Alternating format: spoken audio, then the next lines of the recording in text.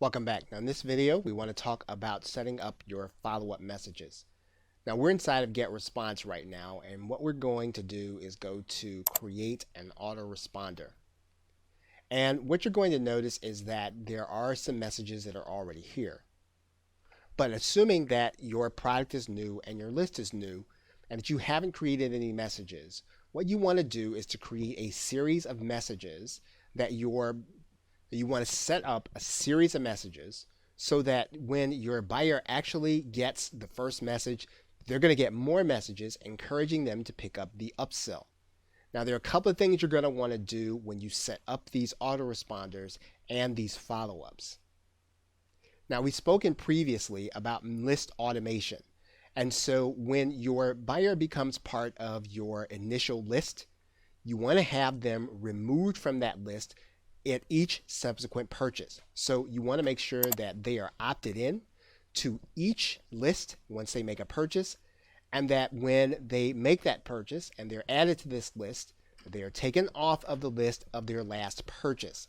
What this means is that they're only going to be on the list of their last purchase and not on their initial one. So again, as soon as they are subscribed to a particular list, let's say an upsell list, they need to be removed from the last product that they actually purchased. What you're doing is you're segmenting the list, but you're also making sure that at least during the launch period, that they're not going to get emails from two different places, but at the same time, you want to make sure that they get all of the follow-ups, encouraging them to continue to buy the upsell. And you do that by creating individual lists and linking those lists to each purchase of a product. Okay, so with that, thanks, and I will see you in another video. Welcome back. Now in this video, we're going to be talking about download page links. Now, when you have a template for your download page links, you're going to have a couple of decisions you're going to have to make. Now, obviously, you want to give your customer or your client exactly what they have already paid for, and you want to make that front and center, and you want to make that easy to get. Now, the other thing you're going to have the opportunity to do is you're going to have the opportunity to either replace some of these other icons with some other links, and in other cases, you're going to be asked by affiliates and other partners in order to put their download links on your page. Now, if you choose to do that, what you want to do is you want to make prominent the next step that your customer is going to need to take. So in other words, you want to be able to add in right after the download page the upsell. So if your customer has not purchased the upsell, you want to make it possible for them to be able to do that. You also want to make it possible for them to take any steps that they can in order to go deeper into your marketing funnel. Now, this is not to cheat your affiliates, but if you're going to have a leak, you want to make sure that you have spoken to your customers as close to the download page as you can, and then if you're going to give up this real estate to someone else and it's going to leak out of your funnel, it needs to be a significant business relationship, or it needs to be something that you feel is just absolutely necessary either to get the affiliate to promote or to maintain a decent relationship. You're going to notice that in this area, there is no header, there is no footer. Now, it's a good idea if you want people to consider your upsell, once again, that you brand your download page, you brand your members area. You want to make sure that where you have the opportunity to place images of what's going to be in your upsell, that you do that, that you put your header in these areas that you have the opportunity to do. Again, what you're trying to do is to maintain continuity and consistency. The most important thing about your download page is that you keep your download page as focused as you can, at least after the first download, to the next stage in the funnel. So if your client has not yet purchased the upsell, you want to give them an offer to purchase an upsell in this area with an image. Now, in some cases, what you may want to do is you may want to offer your client the opportunity to become part of your email marketing list. Now, you may ask, why would you ask for a name and email address if you've already done that in the purchase process? Well, in some cases, what you're going to find is that people will use their PayPal address, and that's not going to be the best email address for them to receive your mailings, to receive updates about the product, and any marketing that you're going to be doing. So you want to ask them for their best name and email address. Now, you're probably going to have to give them some incentive to become part of your email marketing list. When you do this, please don't hold them from the product. Make sure that they get their download on this page. Give them some additional incentive, some kind of surprise offer that they're going to get if they opt in when they put their name and email address in, because you want to get their best name and email address in. Now, the other thing that you want to be aware of is that this email address should be one that you want to get a double opt-in. Now, in some cases, you might use single opt-in. Maybe you might use single opt-in when you are actually collecting names and email addresses at the purchase price. But at this point, you want to be able to collect a double opt-in email address because it's going to be of a higher quality than the single opt-in email address. Okay, so with that, thanks, and I will see you in another video.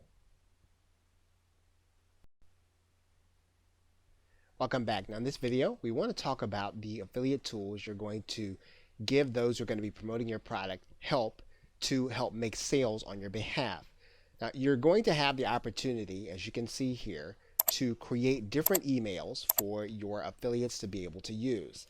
And what's less important than having content that looks like a particular email is making sure, again, that what your affiliates see, that they're going to get something that ties very closely to the theme that you're going to be talking about on your sales page and throughout your funnel. If you do a good job of tying to the basic problem that's being solved in all of your swipe emails that you give to your affiliates, you're likely going to see more sales to occur in the funnel. What you want your affiliates to be able to do is to tie to the theme. You want them to be talking about the thing that you're going to be talking about. And if you've been consistent from the front end all the way through all of your upsells to solving a specific problem, tying to the theme is going to give your affiliates more opportunities to make more sales on your behalf. Now, it's important again to say a word here about branding and the branding that your affiliates are going to be able to use. Obviously, you don't want affiliates who are going to be misrepresenting what you are actually going to be selling. But at the same time, what you want them to do is you want to encourage them to use the branding that you're going to be using in your actual sales page. Okay, so with that, thanks, and I will see you in another video. Welcome back. Now, when you put your sales page together, you're going to be getting traffic from affiliates. You might be getting the traffic from the platform. You might be getting traffic from places that you actually drove.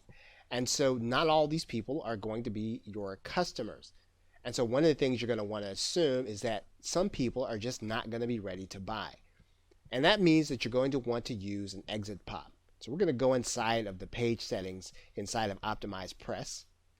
And in Optimize Press, this is called an exit redirect. Now, it may be called something different in your page builder. But basically what you're going to be doing is you want to make sure that when someone leaves your page, that they get a message and that they get a redirect to another page. And this is where you're going to give them an offer, an opt-in offer, some kind of very enticing offer that they have to put in their name and email address in order to get.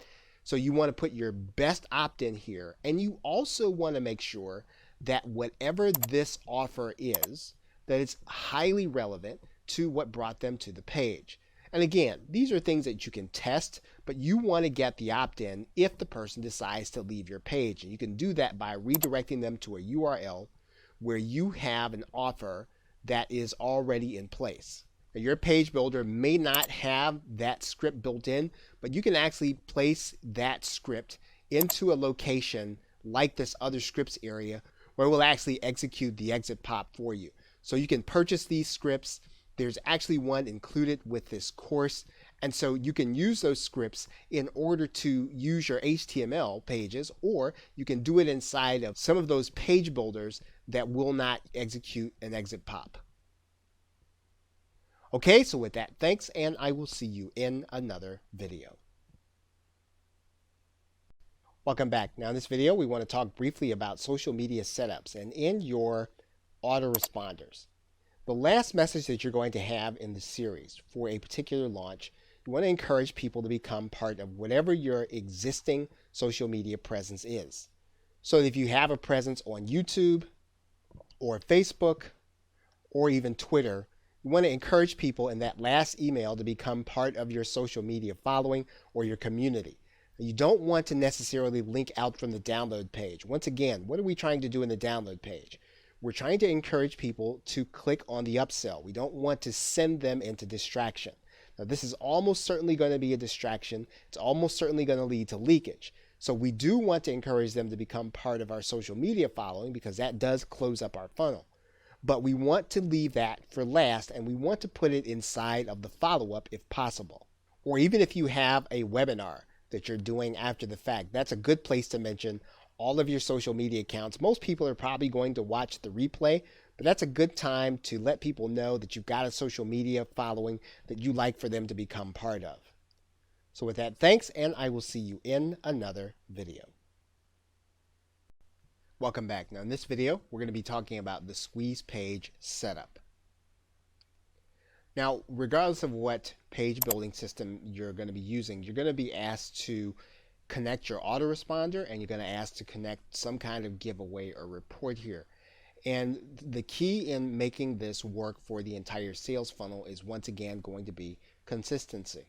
You are going to write a headline, and so that headline needs to be consistent with the theme that you're going to be talking about throughout your funnel.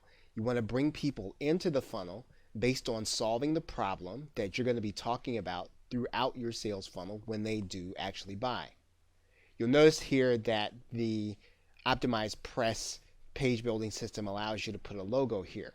But does the logo necessarily keep people on theme? Is that going to matter to people who actually want to solve a specific problem? And this is going to be the case where you might decide to take this logo out.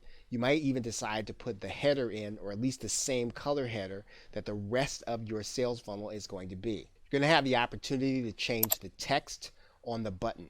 And once again, now, do you want to use get instant access, or is that necessarily going to be important to the person that actually wants to solve the problem? When you can, you want to make a connection between the solution to the goal, to the dream, or wherever it is that your customer is actually going to be trying to get to, and what you actually put on this button.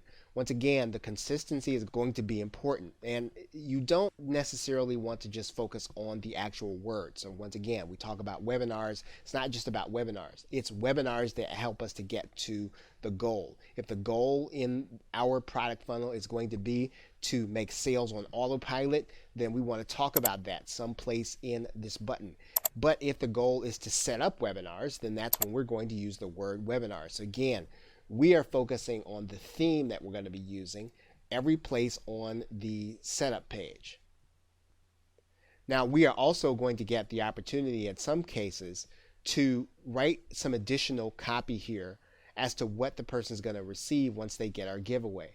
Now, once again, when we do this, we're talking about the benefits and what life is going to look like once they actually get their problem solved. We are going to be talking about what the guide is going to actually do. So we're still staying on message. We're still staying on theme. This is going to come back to one of the reasons why you want to design your funnel first, and then come back and design some of the materials. This is going to be consistent with the theme as well as what your product is going to do eventually once they've gone through the process and then they've actually made the purchase. And we have two choices when we actually opt in the person.